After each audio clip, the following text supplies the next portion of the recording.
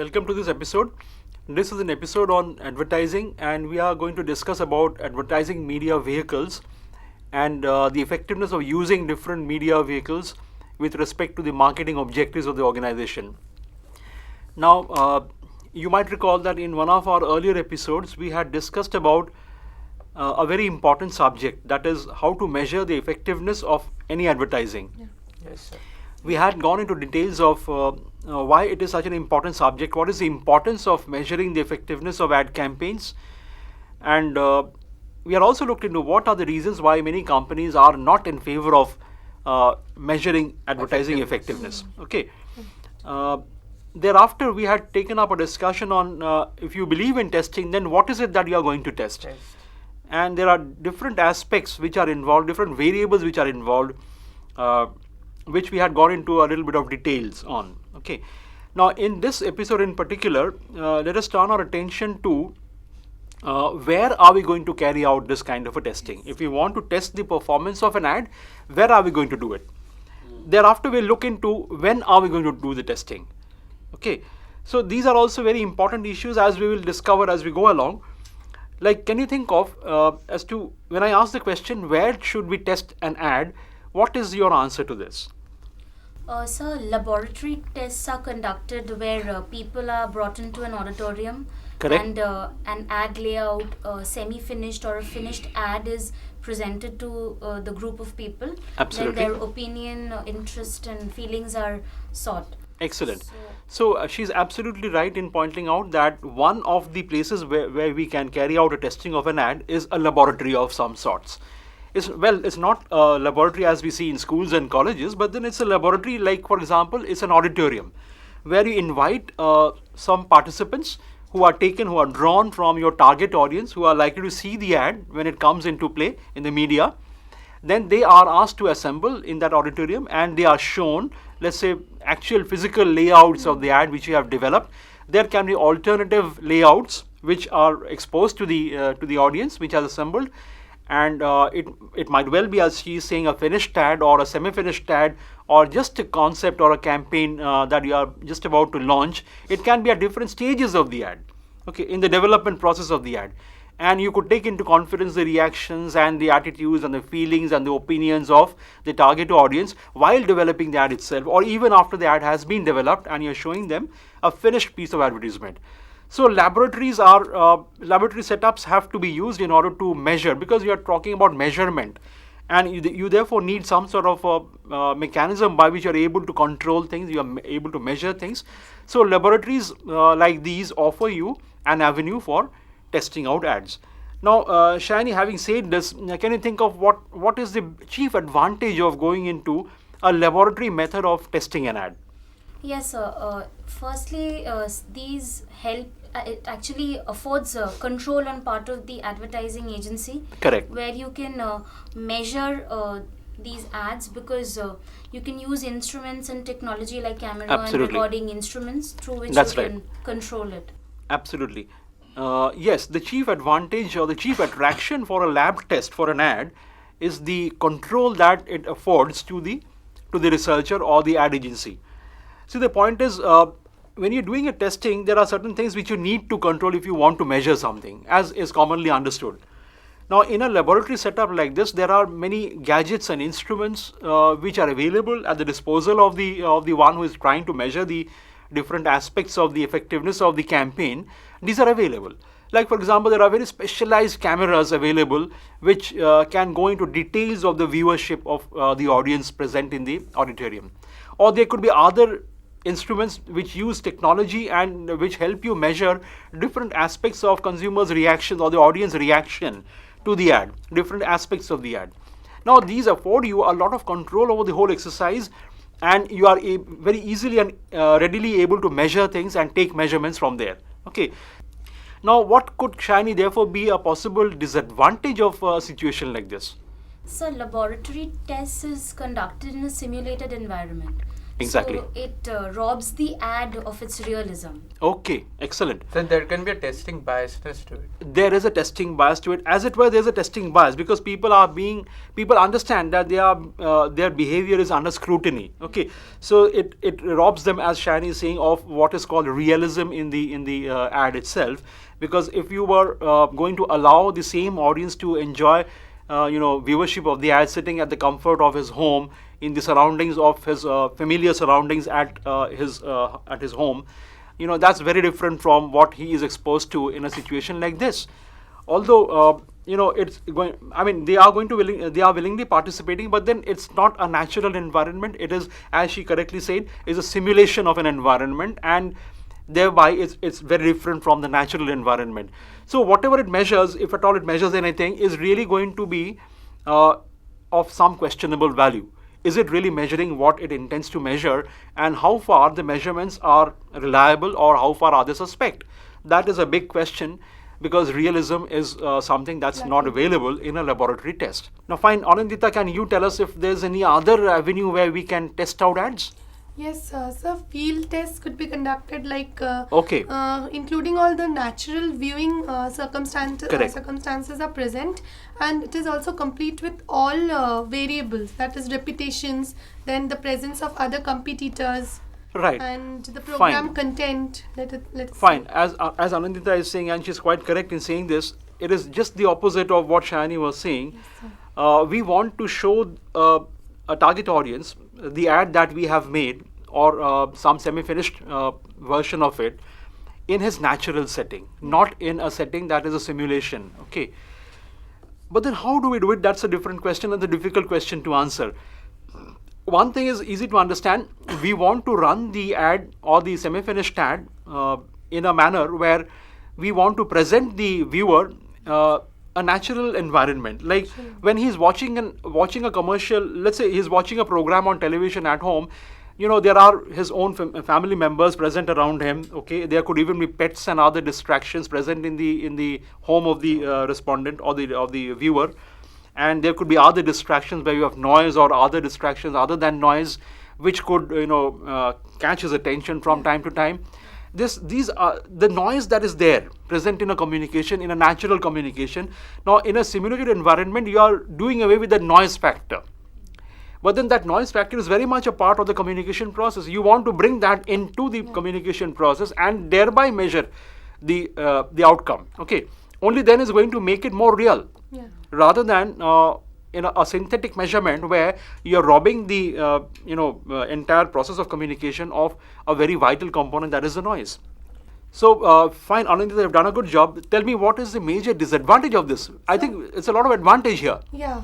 So one of the major disadvantages is the time involved and the money involved, the Yeah, of course. cost Yeah. and the time factor. Correct. Absolutely. And so another disadvantage is the competitors, they will be aware of the ideas and the strategies. Yeah.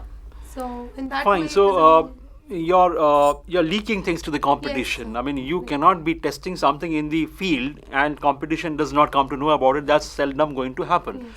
So the moment you embark on a field testing, you're letting out things, into the competitive environment, and you are willing to take the risk that competition might initiate certain actions on their part, trying to preempt your every move, including advertising. Okay, and I'll add to what you said.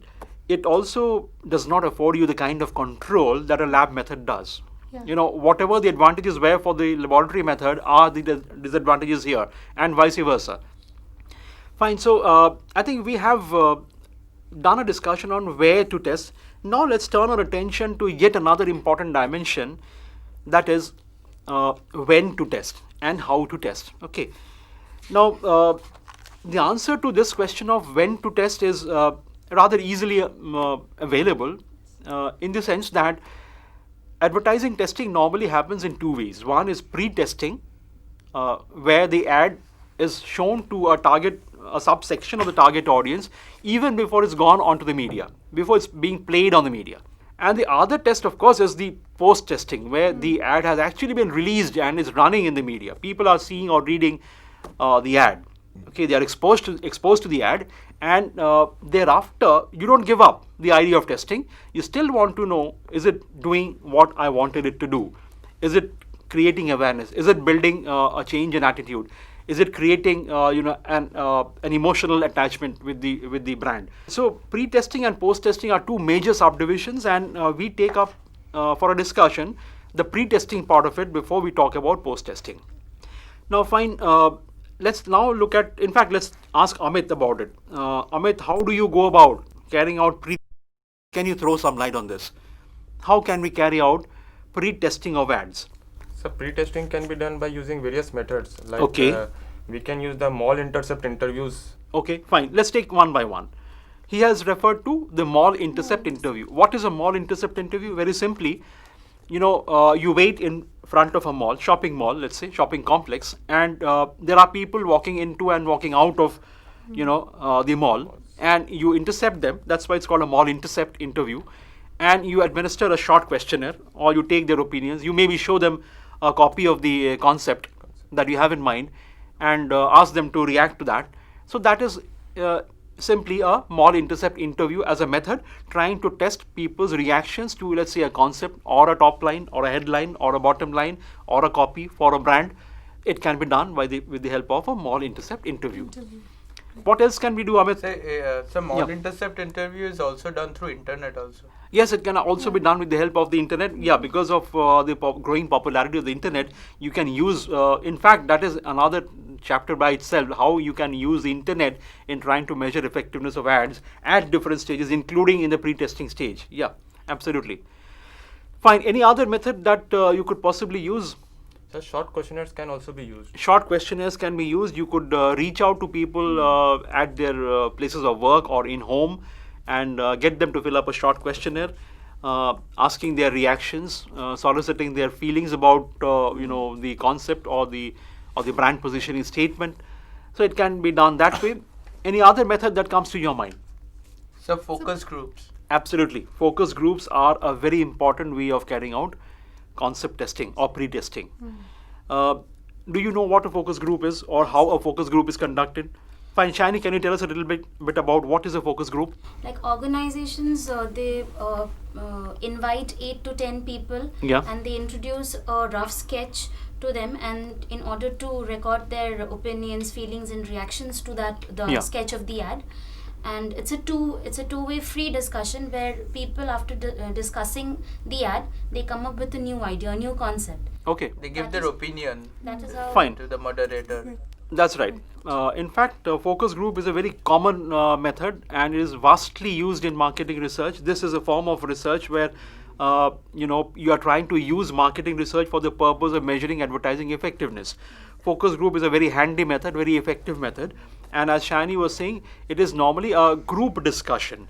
You invite some participants, willingly recruited participants from your target audience, who are going to be exposed to the particular ad that you have in mind, and you invite a free discussion among 8 to 10 such people, or maybe 12 people. Okay, they are asked to assemble in a convenient location, and they are put through a group exercise wherein, in this particular case, they'll be shown rough sketches of the ad, or alternative layouts of the ad, or alternative body copies of the ad, or you might even come up with alternative statements for positioning of the brand. Whatever you want to test out, you throw it open to that group. A common focus group lasts for about 2 hours. It deals with about 8 to 12 respondents from the target group, which is going to be exposed to the ad, and it's done in a common, convenient location, which is, and the whole thing is conducted by a moderator. Many a time, what happens is that the client who is, sponsoring the focus group is also present, but not present in the room, same room with the moderator and the participants, but then they watch it from outside, or even video recordings are done of the proceedings, and the video clips are later on looked at and analyzed in order to find out more about what people said and how they said it, in what way did they react, what was the majority opinion coming out, what is the profile of people who were trying to dominate the discussion, and what is the minority viewpoint emerging from the group. Was there a consensus emerging? So all these issues are looked into from focus group outcomes. Okay, there are a few shortcomings of a focus group. Like in a focus group, the the outcome of the group discussion is only as good as the moderator himself is. Okay, it a lot depends on the moderator and how he or she is able to conduct the group proceedings, and it also depends on a subjective interpretation of the findings. Now, whatever we have discussed so far are essentially to do with the print ads. Okay. But then print ads are by no means the only form of advertising. There are movie ads also, okay, the video ads, and they have also got to be tested even before the actual video is shot and is ready for a testing. In process video ads have also got to be shown to the target audience and their responses taken. Now, therein what is done is, you create mock-ups or you create storyboards, and you create what are called, animatics kind of things, which are, semi-finished or unfinished shootings. Or maybe you could show, rather than a movie, you would show still photography of the different stages or the slides, or show them by your slides, and seek people's opinion as to do you think you're seeing the right kind of environment in the ad? Do you think the person in the ad is the right kind of person to promote the ad? What do you think he is going to do next in the next slide, and so on. So you're trying to seek opinions even at the stage where you're not very sure about the final shots of the ad, what it will look like finally. Let's look at a few specialized methods now, like the rough art, the copy, or the commercial testing aspects. Now, when you talk about the print ads, there are certain very specific tests which are applicable to print ads only. Like, for example, the comprehension and the reaction tests, okay, are a special kind of a test where basically, as you can understand from the name, you're trying to measure what is the level of comprehension of the ad. How far is the target audience able to understand the meaning that the advertiser or the sponsor wants to convey through the ad? There's something else that is also important, that is the reaction. It's not merely the readability or the comprehensibility, but also the reaction. And it can be done over a large number of respondents, ranging from 50 to 200 respondents who take part in comprehension and reaction tests. And there's another method that is involved, that is called consumer juries.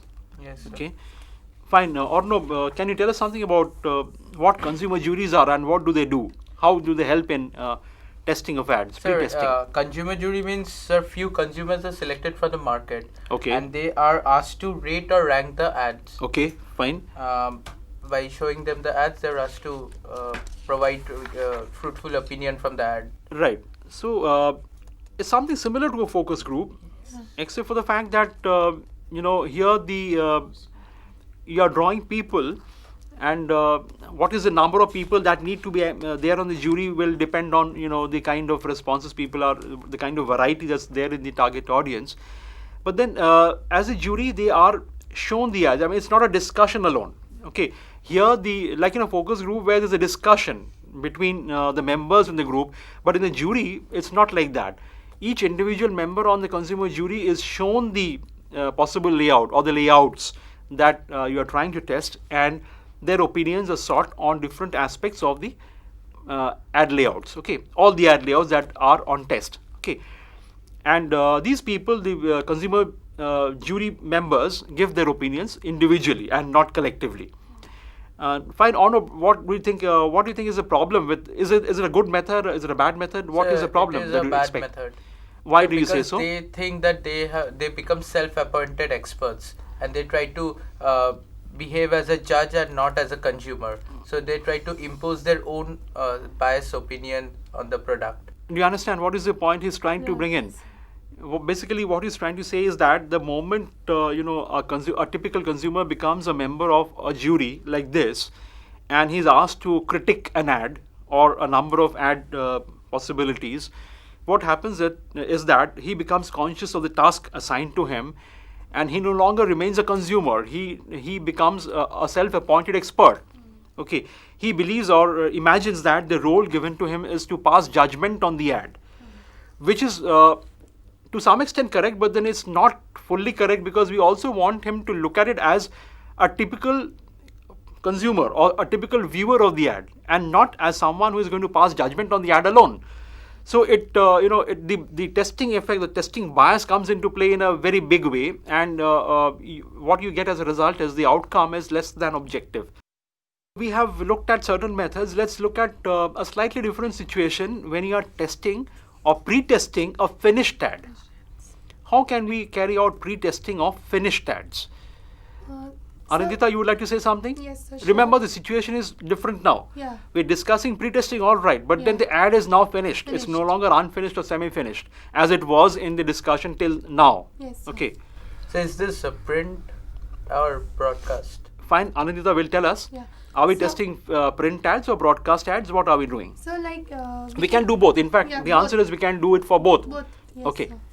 So like we can do it through conducting portfolio tests. Okay. So like in portfolio test, what happens is the ad is ready and it is shown with other ads, mixed Okay. with other ads, and the respondents are asked what could they recall from the ad. Okay.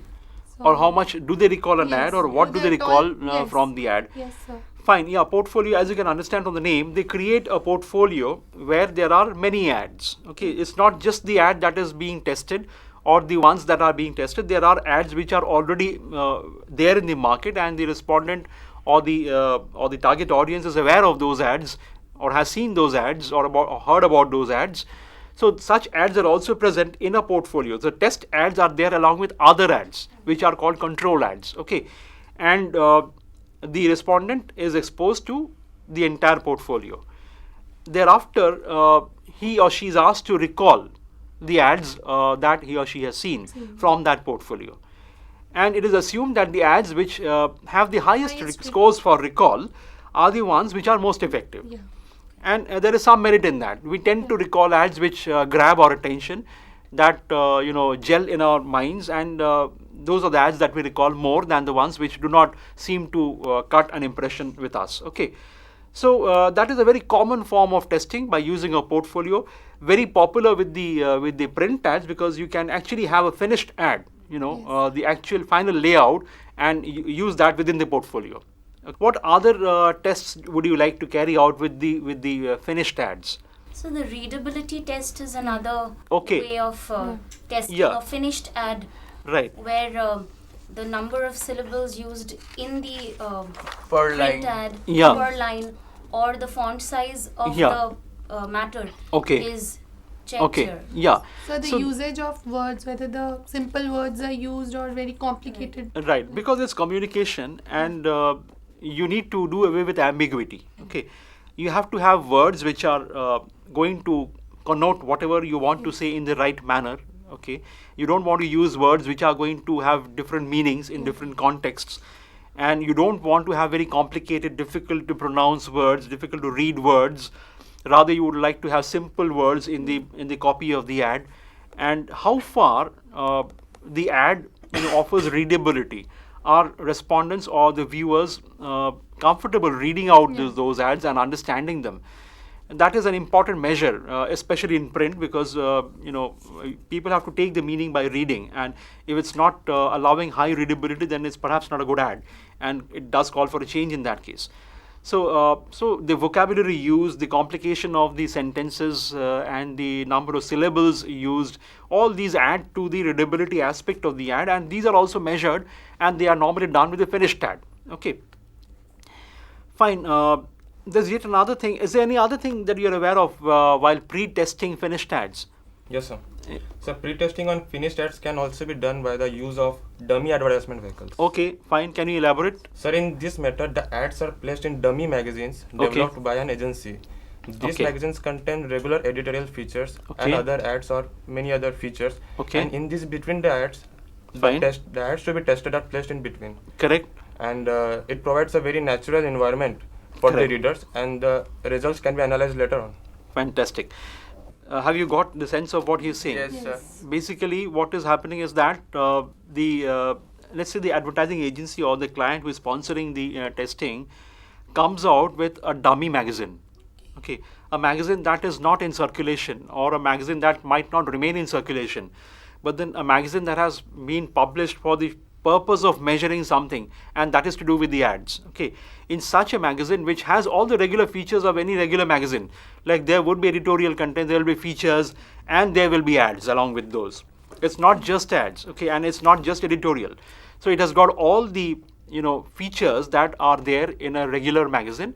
Along with that, there are test ads inserted into such a magazine, and such dummy magazines, as they are called, are circulated in a very limited scale among a random sample of carefully chosen respondents who belong to the target audience, who have such media habits as are advisable for that kind of a company or that kind of a product that the company is going to advertise on.